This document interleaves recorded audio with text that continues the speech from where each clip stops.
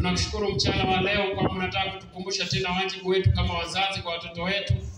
Tubariki itakaposikia fungu hili. Litusaidie namna ya kuwaelekeza na kuwalea watoto wetu. Katika jina lako Yesu Kristo Bwana wetu. Amen. Amen. Tasoma mafungu mawili tu.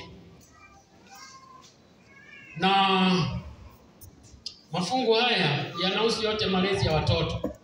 La kwanza katika kitabu cha Mithali 22 mstari wa 6 linazungumza juu ya malezi. Linatuagiza sisi wazazi tuwe wazazi wa kuzaa au wazazi tunaolea.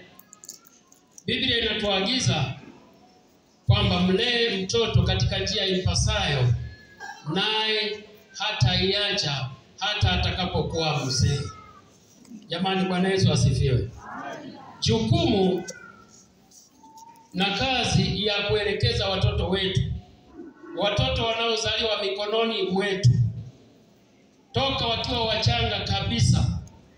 Hata hivyo wanasayansi wasema watoto wanaanza kupata kuelewa tangu wakiwa watoto wadogo wanapokuwa wangali tumboni. Lakini uhalisia kabisa tunapoanza kuwalea wakiwa wamezaliwa, jukumu ni la kwetu la kuwaelekeza watoto katika mielekeo ile ambayo itakuwa inamtukuza Mungu wa mbinguni.